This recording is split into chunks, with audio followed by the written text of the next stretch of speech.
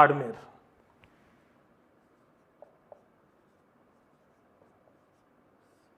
और बाड़मेर मंदिरों की श्रेणी में एक नाम आता है किराड़ू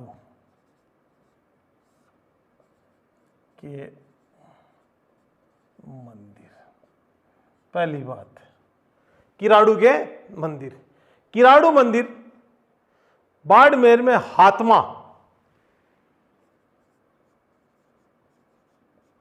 हातमा गांव और हल्देश्वर पहाड़ियों पर, हल्देश्वर की पहाड़ियों पर। और यहां एक शिलालेख लिखा हुआ है 1161 का शिलालेख।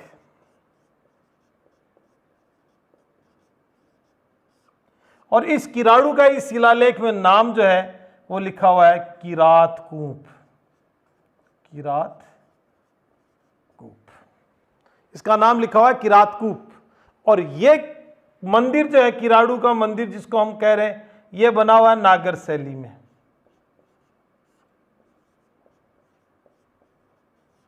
और नागर शैली में बनने के कारण इसमें शिव, विष्णु और जैन इनकी मूर्तियां हैं, तथा रामायण और महाभारत का चित्रांकन किया गया है। रामायण और महाभारत का चित्रांकन किया गया है। यहां पर कृष्ण की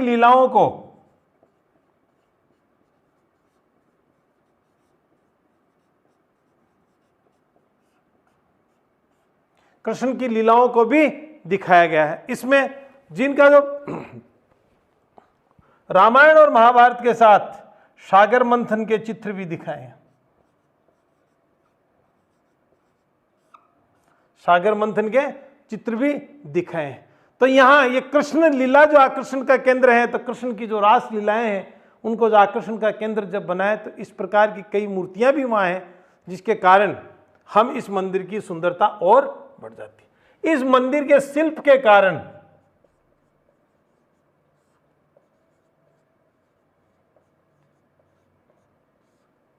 इसे एक विशेष नाम मिलता है, क्या? मूर्तियों का अजायब घर।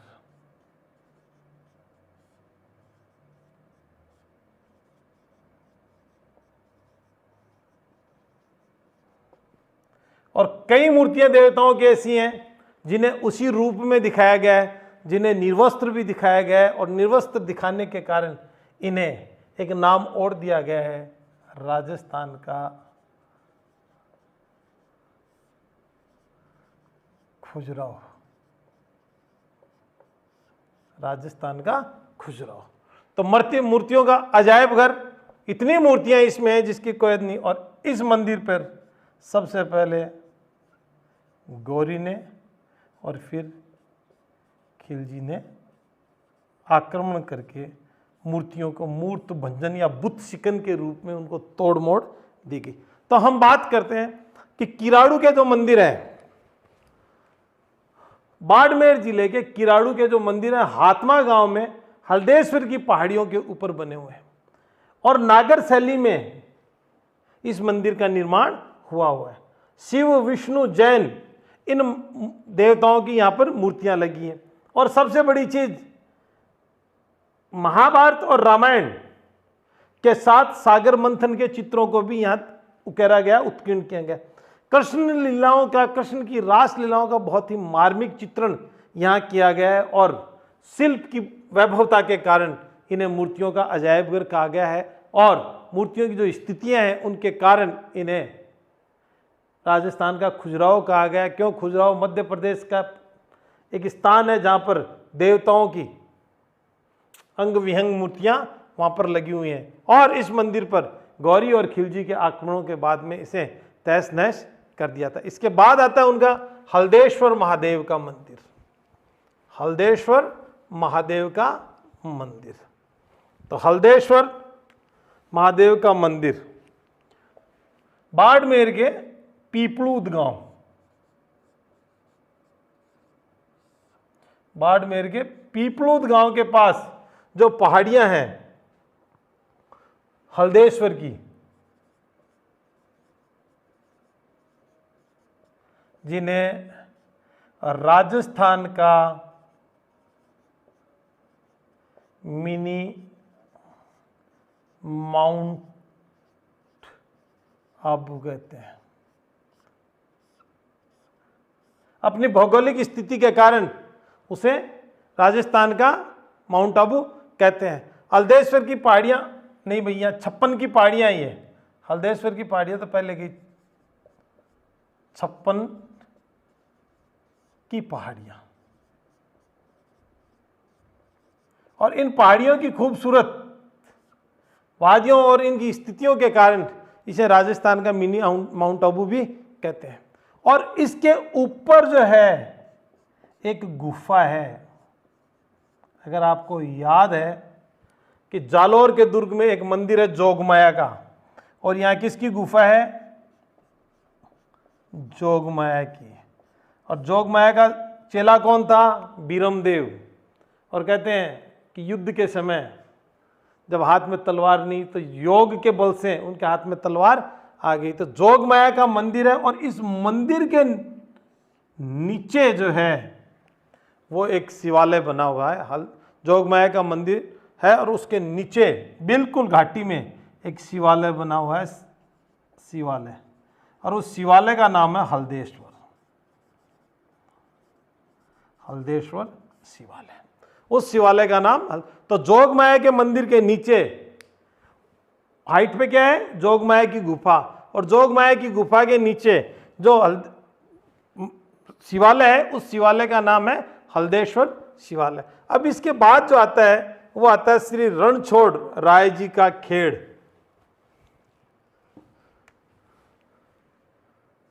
श्री रणछोड़ राय जी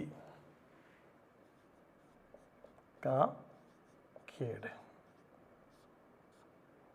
श्री रणछोड़ राय जी का खेर। और दोहरी मन्ना बाड़मेर की एक तहसील है जिसका नाम है दोहरी मन्ना। और दोहरी मन्ना में एक टीला या पहाड़ी है जिसको कहते हैं आलम जी के दोहरे। आलम जी की पहाड़ी या दोहरे, क्योंकि बाड़मेर में रेगिस्तान होने के कारण, और वहां एक मंदिर है आलम जी का। इस पहाड़ी या इन दोहरों में एक मंदिर है किसका? आलम जी का। और वहां पर प्रतिवर्ष माघ, प्रतिवर्ष माघ की माघ बदी, माघ बदी। और ये क्यों फेमस है वहां घोड़ों के लिए? माघ बदी दूज एवं भादवा, इन दोनों महीनों में वहां पर मेले लगते हैं। माघ, इसमें बदी में माघ बदी दूज एवं भादवा सुदी दूज। और किसका मेला लगता है? ये घोड़ों का तीर्थ स्थल है। घोड़ों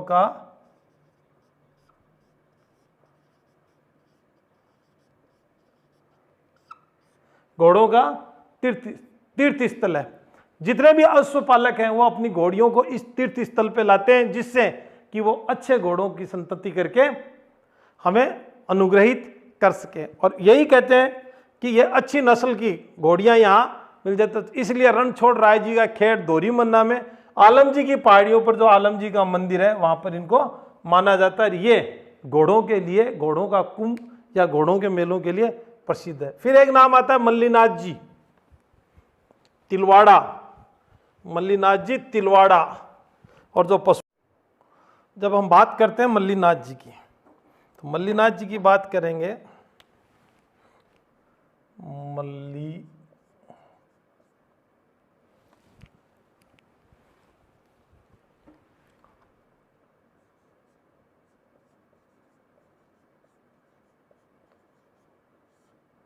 मल्लीनाथ जी। और मल्लीनाथ जी की जो ही बात करेंगे तो एक नदी का नाम आएगा जिसका नाम है लूणी नदी। लूणी नदी ये बाड़मेर की नदी है। और लूणी नदी के पास गांव है एक तिलवाड़ा।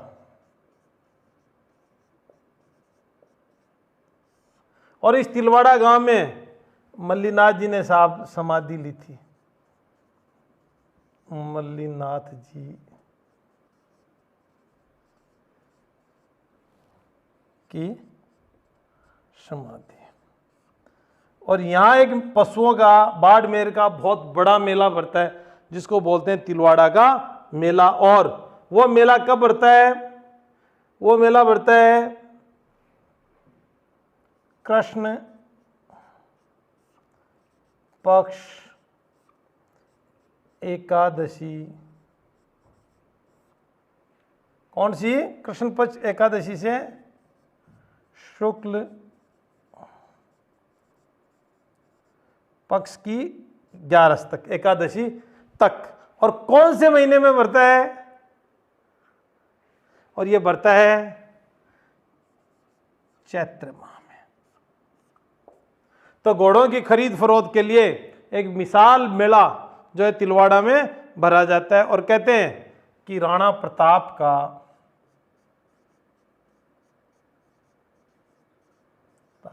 चेतक भी मलानी नस्ल का था।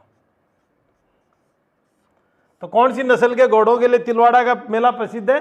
मलानी नस्ल के घोड़ों के लिए तिलवाड़ा का मेला प्रसिद्ध है। तिलवाड़ा का मेला किसकी स्मृति में? मल्लीनाथ जी की स्मृति में। मल्लीनाथ जी की स्मृति समाधि का है तिलवाड़ा गांव में। तिलवाड़ा गांव किस जिले में पड़ता है? बाड़मेर में। और तिलवाड़ा गांव किस नदी के किनारे? लूणी नदी के किनारे है। इसके बाद में है ब्रह्मा जी का दूसरा मंदिर जो मैंने आपको अजमेर बताया था, उस समय पढ़ाया था आसोतरा गांव बाड़मेर। और खेताराम जी ने उसका निर्माण करवाया था। लेकिन एक मंदिर और है बाड़मेर में, एक तहसील है शिव। बाड़मेर की तहसील है शिव। और उस शिव तहसील में एक मंदिर है गरीब दास जी का मंदिर। और इस मंदिर को बनाने वाले जो हैं वो है 900 ईस्वी में जोशी। 900 ईस्वी में बनाने वाले हैं जोशी कोमनाथ।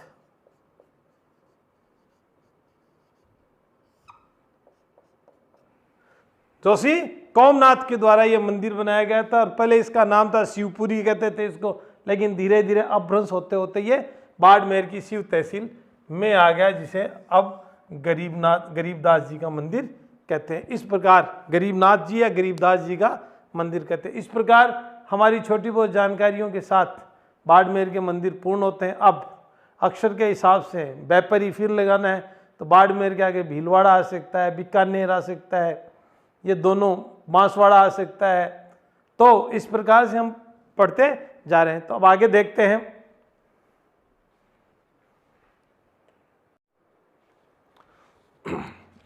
जी हाँ दोस्तों, अब बात करेंगे हम चित्तौड़गढ़ की। चित्तौड़गढ़ जिसका अपने आप में ऐतिहासिक महत्व है, जिसकी भौगोलिक स्थिति, लेकिन ऐतिहासिक महत्व के साथ साथ वहाँ के रणबांकुरों के जीवन में अपने इष्ट के प्रति श्रद्धा जो रही है उसका भी यहाँ हम वर्णन करेंगे। और सबसे पहले हम शिव मंदिरों की जब बात करेंगे तो बाडोली शिव मंदिर, बाडोली शिवालय चित्तौड़।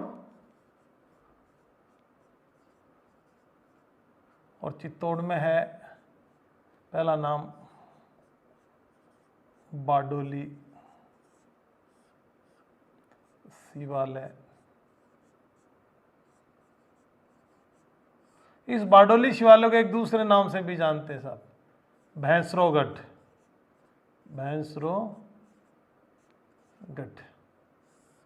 और ये भैंसरोगढ़ का शिवालय जो है ये गुप्तोत्तर काल मतलब बढ़ते हुए गुप्त काल, गुप्तोत्तर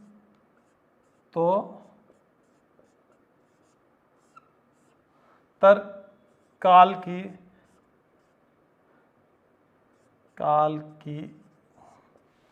स्थापत्य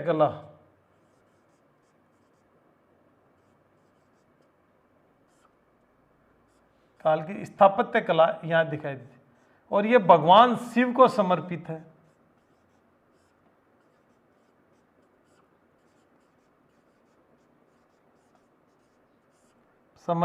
परंतु साथ में विष्णु भगवान का वामन अवतार, साथ में या कह सकते हैं कि विष्णु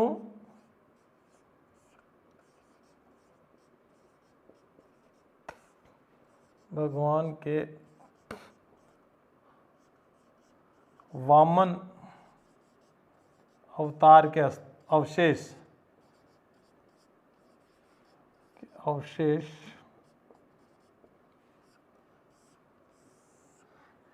विष्णु भगवान के वामन अवतार के अवशेष हमें इस मंदिर में देखने को मिले।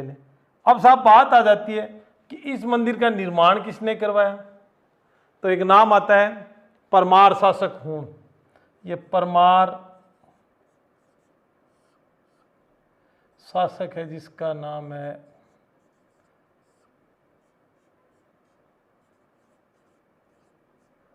परमार शासक हूण ने इसके द्वारा इसका निर्माण कराया था। और किस लिए कराया था, उनकी एक प्रेयसी थी, उस प्रेयसी के स्थायी मिलने या निवास के लिए, उनके स्थायी मिलन या निवास के लिए इस मंदिर का निर्माण करवाया था, शिव मंदिर का निर्माण, जिसे हम घाटेश्वर मंदिर भी कहते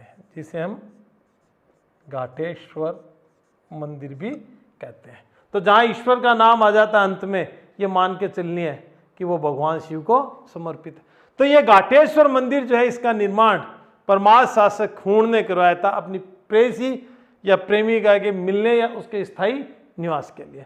ये चित्तौड़गढ़ जिले में जो बारडोली शिवालय है, इसको भैंसरोगढ़ भी शिवालय भी कहते हैं। और ये गुप्तकालीन स्थापत्य कला का अहम उदाहरण है। और यहाँ पे भगवान विष्णु के वराह अवतार के अवशेष इस मंदिर में मिले हैं। तो प्रश्न क्या बन सकते हैं, चित्तौड़गढ़ के किस शिव मंदिर में भगवान विष्णु के वराह अवतार के अवशेष मिले साहब, बारडोली या भैंसरोगढ़, या यहाँ पर हम कह सकते हैं घाटेश्वर शिवालय में।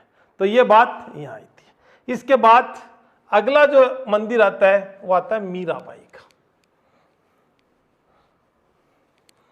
लियो मलक को नाम मीरा पार उतर गिरे, आ मीरा हर की लाडली भक्ति ने चली रे। मीरा बाई मंदिर,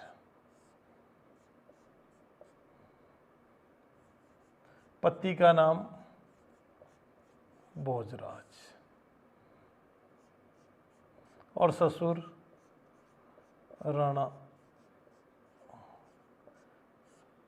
विष को प्यालो राणो भेजियो, पी गई मीरा बाई। तो राणा सांगा ने इस मीराबाई के निवास के लिए एक महल बनाया था।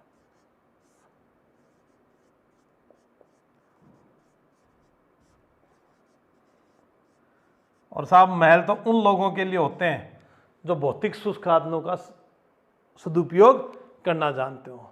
तो मीरा की तो एक ही रट थी और वो मीरा हर की लाडली भक्ति ने चाली रे। मीरा भगवान श्री कृष्ण को अपना आराध्य मान चुकी थी और वो इसी महल में रहते हुए उनकी पूजा करती थी। पूजा किसकी करती थी? काले पत्थर की मूर्ति जो उनके गिरधर गोपाल की थी, जो उनके बांके बिहारी की थी, उसकी बात हम करते हैं। और इसी के सामने उनके आध्यात्मिक गुरु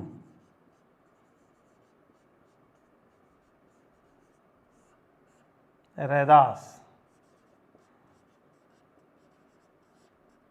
या रविदास की छत्री है। तो यहां कहने का मतलब कि मीराबाई का मंदिर, जहां राणा सांगा ने भोजराज की मृत्यु के बाद मीराबाई के लिए जो निवास स्थान बनाया था, उसी को उन्होंने अपना मंदिर बना लिया। वहीं वो भक्ति और आराध्य में लीन रहती थी और वहीं काले पत्थर की एक मूर्ति थी और उनके सामने, उस महल के सामने, उनके आध्यात्मिक गुरु रैदास की एक छतरी बनी है। इसके बाद हम चलते हैं समदीश्वर महादेव। अगला मंदिर है समदीश्वर महादेव।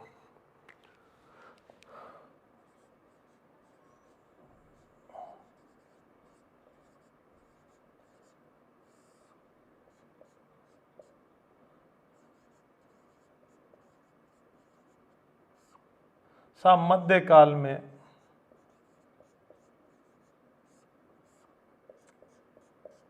जितने आक्रमण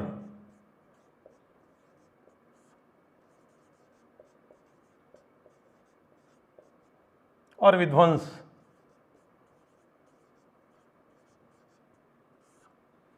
मध्यकाल में जितने आक्रमण और विध्वंस चित्तौड़ दुर्ग ने देखे हैं या चित्तौड़ ने देखे हैं, उतनी स्थापत्य, चित्रकला के क्षेत्र में विकास हुआ है। क्यों? कि एक संस्कृति दूसरी संस्कृति से मिलने लगी है। तो इस मंदिर की सबसे बड़ी बात, इसका निर्माण करवाया था परमार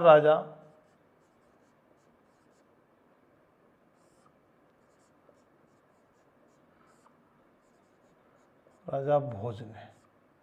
परमार राजा भोज ने समदीश्वर महादेव का मंदिर का निर्माण करा था। इसकी पुष्टि 1150 ईस्वी के उस शिलालेख से होती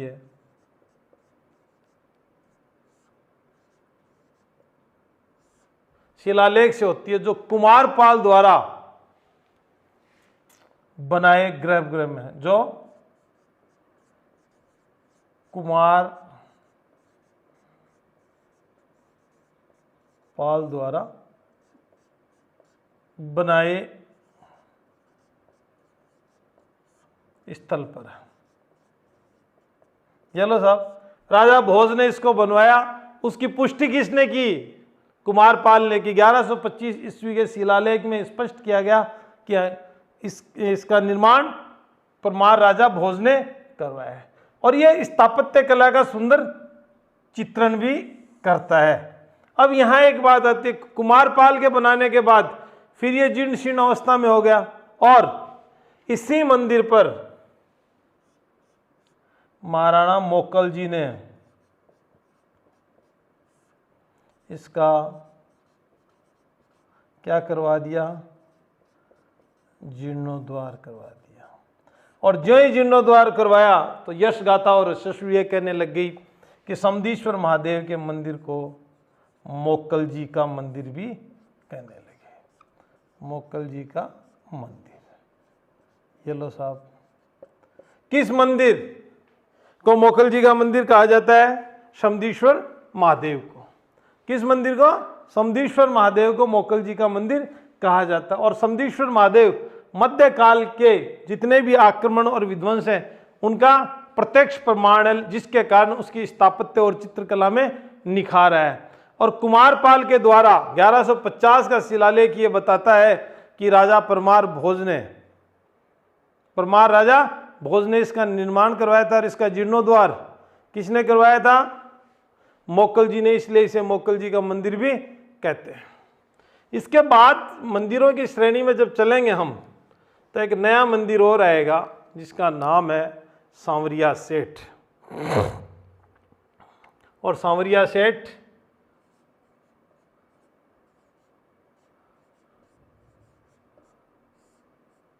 अपने जो भी आराध्य हैं उनको सेठ मान के चलते हैं। भगवान श्री कृष्ण को भी कहीं सांवरिया सेठ मानते हैं और सांवरिया सेठ का मेन मतलब ही इसका ही है। तो सांवरिया सेठ चित्तौड़ के एक गांव है जिसका नाम पंचायत समिति है मंडपिया। क्या नाम है? मंडपिया। और सांवरिया सेठ भगवान श्री कृष्ण की काले रंग की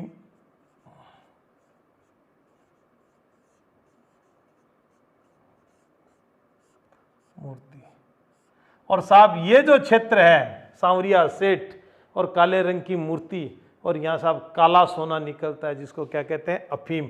और इसलिए इस मंदिर को भी किस नाम से पुकारते हैं, अफीम वाला मंदिर। अफीम वाला मंदिर चित्तौड़ का वह मंदिर जो भगवान कृष्ण को समर्पित है, जिसे अफीम वाला मंदिर कहते हैं। तो सांवरिया सेठ का मंदिर कहाँ पर है, मंडपिया। मंडपिया में सांवरिया सेठ का जो मंदिर है। और इस मंदिर पे साहब जल झूलनी एकादशी को, जल झूलनी एकादशी को विशाल मेले का आयोजन होता है। क्यों कि भगवान कृष्ण नहा के और पालकियों में जब सवार होके आते हैं तो लाजमी सी बात है, इतने उच्छृंखल और इतने नटखट हैं कि वो कहीं ना कहीं मनोरंजन का अवश्य जुगाड़ अपनी जनता के लिए करेंगे। तो भगवान सांवरिया सेठ का मंदिर, जिसे अफीम मंदिर भी कहते हैं। अब नंबर आता है कुंभ श्याम।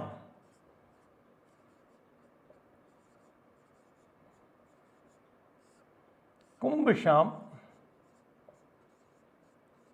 मंदिर, जब कुंभ का नाम आ गया तो लाजमी सी बात है कि ये भगवान विष्णु को समर्पित तो है ही है, लेकिन ये मंदिर भगवान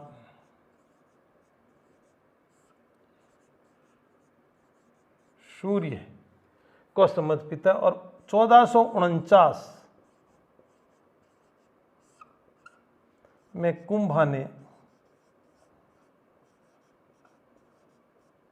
क्यों कि मध्यकाल के जो आक्रमण है, पहले तुर्क आए, तुर्कों के बाद पहले अफगानिस्तान का सूबेदार मामू आया, मामू के बाद में आपका ये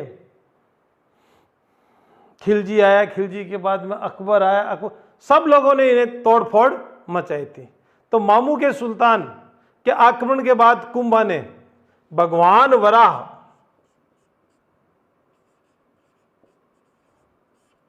के अवतार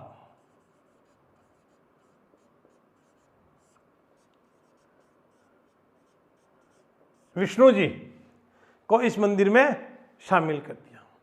और इस मंदिर में जब शामिल कर दिया तो यहाँ इनकी मूर्तियां भी लगा दी। और जो ही मूर्तियां लगा दी तो मूर्तियां लगाने के बाद में इसका जो निर्माण किया गया उस शैली पे भी चर्चा होती है। वो शैली कहलाती है इंडो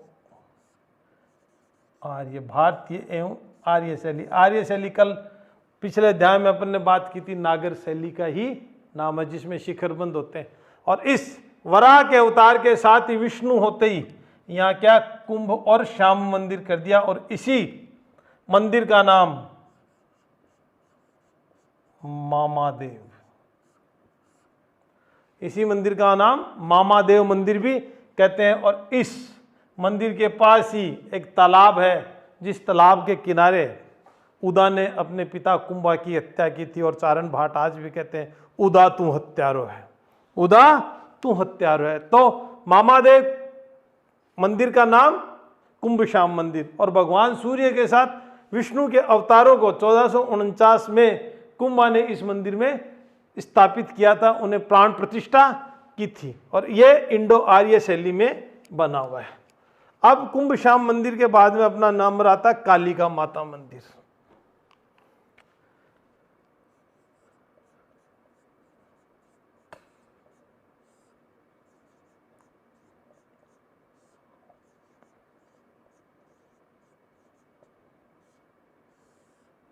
साहब इस मंदिर के बारे में ये कहते हैं कि ये प्राचीन सूर्य मंदिर है, प्राचीन सूर्य मंदिर रहा है। और उसके बाद जिस प्रकार से दिल्ली सल्तनत के बादशाह, अफगानिस्तान का मामू, अलाउद्दीन खिलजी, अकबर, औरंगजेब, सब ने जिस प्रकार से इस पर आक्रमण किए, मंदिर को नेस्तानाबूद करते गए और धीरे धीरे इस सूर्य मंदिर को जीर्ण शीर्ण कर दिया। उसके बाद चित्तौड़ के राजाओं में से किसी ने यहाँ पे कालिका माता की मूर्ति रखी है। तो यहाँ इसके बारे में जानना हमें आवश्यक है। तो सूर्य को समर्पित ये प्राचीन चित्तौड़ का मंदिर किसको समर्पित है? सूर्य को। कैसे पता चलता है? 713 ईस्वी। और 713 ईस्वी में किसकी बात करेंगे? राजा मानमौर्य की। राजा मानमौर्य। तो राजा मानमौर्य की जब बात करेंगे तो यहां स्पष्ट है कि इसमें विष्णु के कूर्मावतार, विष्णु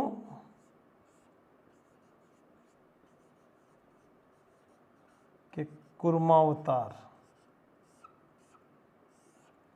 विष्णु के कूर्मावतार के अवशेष मिले किस समय? 713 ईस्वी के समय के शिलालेखों से यह पता चलता है कि यह इस प्रकार का मंदिर था कि इसमें हर प्रकार से सूर्य, विष्णु के अवशेष हमें दिखाई देते हैं। लेकिन 8वीं सदी में, और 8वीं सदी क्या कहलाती है? इसका जीर्णोद्वार,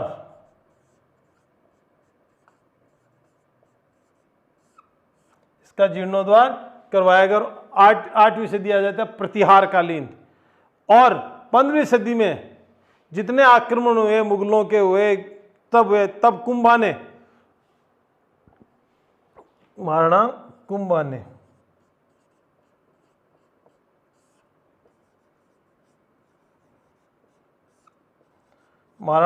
ने पुनः इस मंदिर का निर्माण करवाया। और महाराणा कुंभा के बाद इसका जीर्णोद्वार फिर करवाया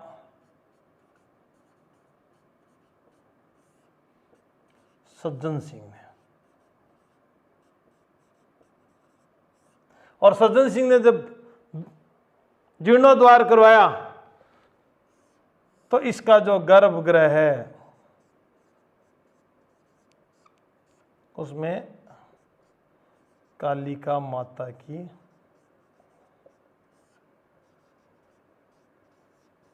मूर्ति को स्थापित।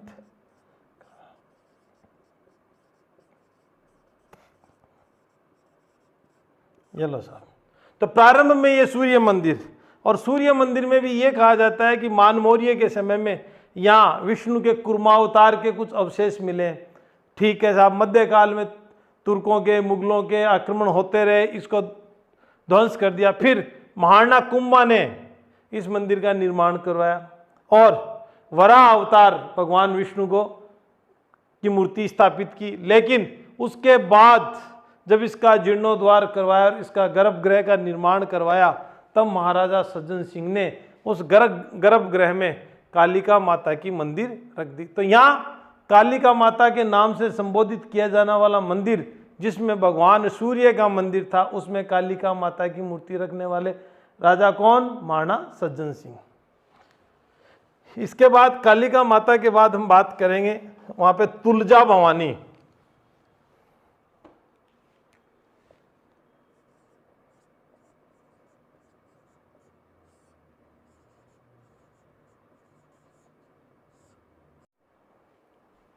तो तुलजा भवानी की बात करें हम, तुलजा भवानी, नाम बनवीर, पासवान पुत्र,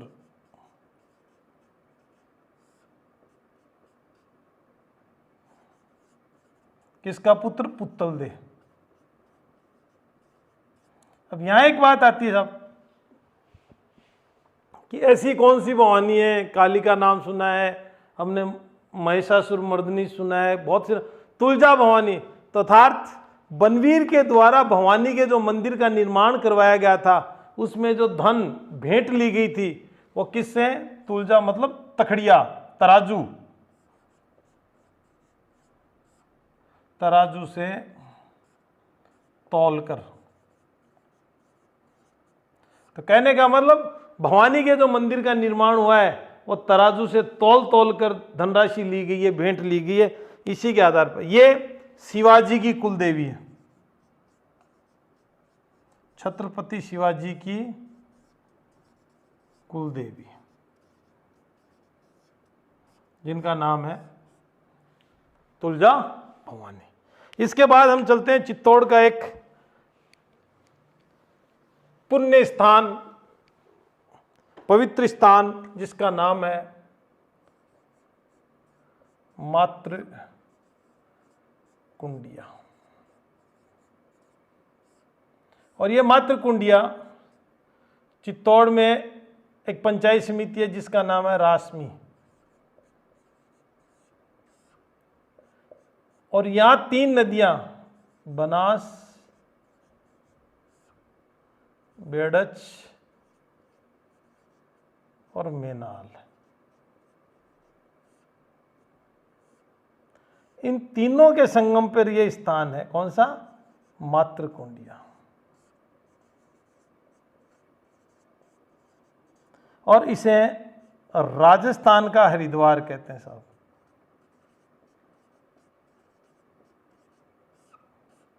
और यहां पर कहते हैं अपने पूर्वजों को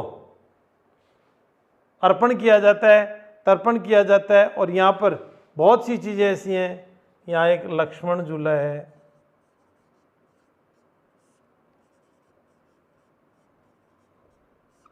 लक्ष्मण झूला है। उसके बाद में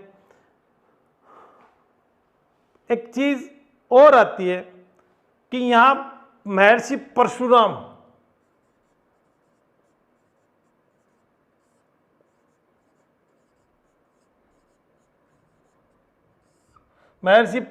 पर कहते हैं कि एक आरोप था कि उन्होंने गुस्से में अपनी मां के ऊपर वार कर दिया था। तब कहते हैं कि उन्हें भी यहां स्नान करने से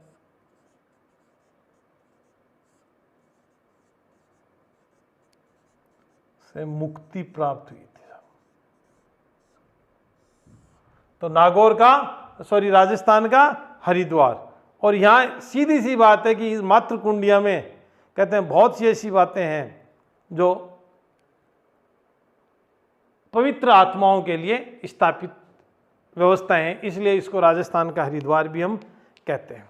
यहाँ आगे चलते हैं तो एक और नाम आता है मातृ कुंडिया के बाद में, सतबीस देवरी। सत और 20, ये चित्तौड़ दुर्ग में स्थित है। सत का मतलब 7 और 20 का मतलब 20, और देवरिया का मतलब है जैनियों के मंदिर। 27 देवरिया चित्तौड़ दुर्ग में, फतेह प्रकाश के पास, फतेह प्रकाश महल के पास, फतेह प्रकाश महल के पास आप 27 देवरियां बनी हुई, 27 जैनियों के मंदिर बने हैं। 27 जैनियों के मंदिर बने जिनमें 27 देवरियां कहते हैं। उसके बाद में एक नाम आता है श्रृंगार चौरी।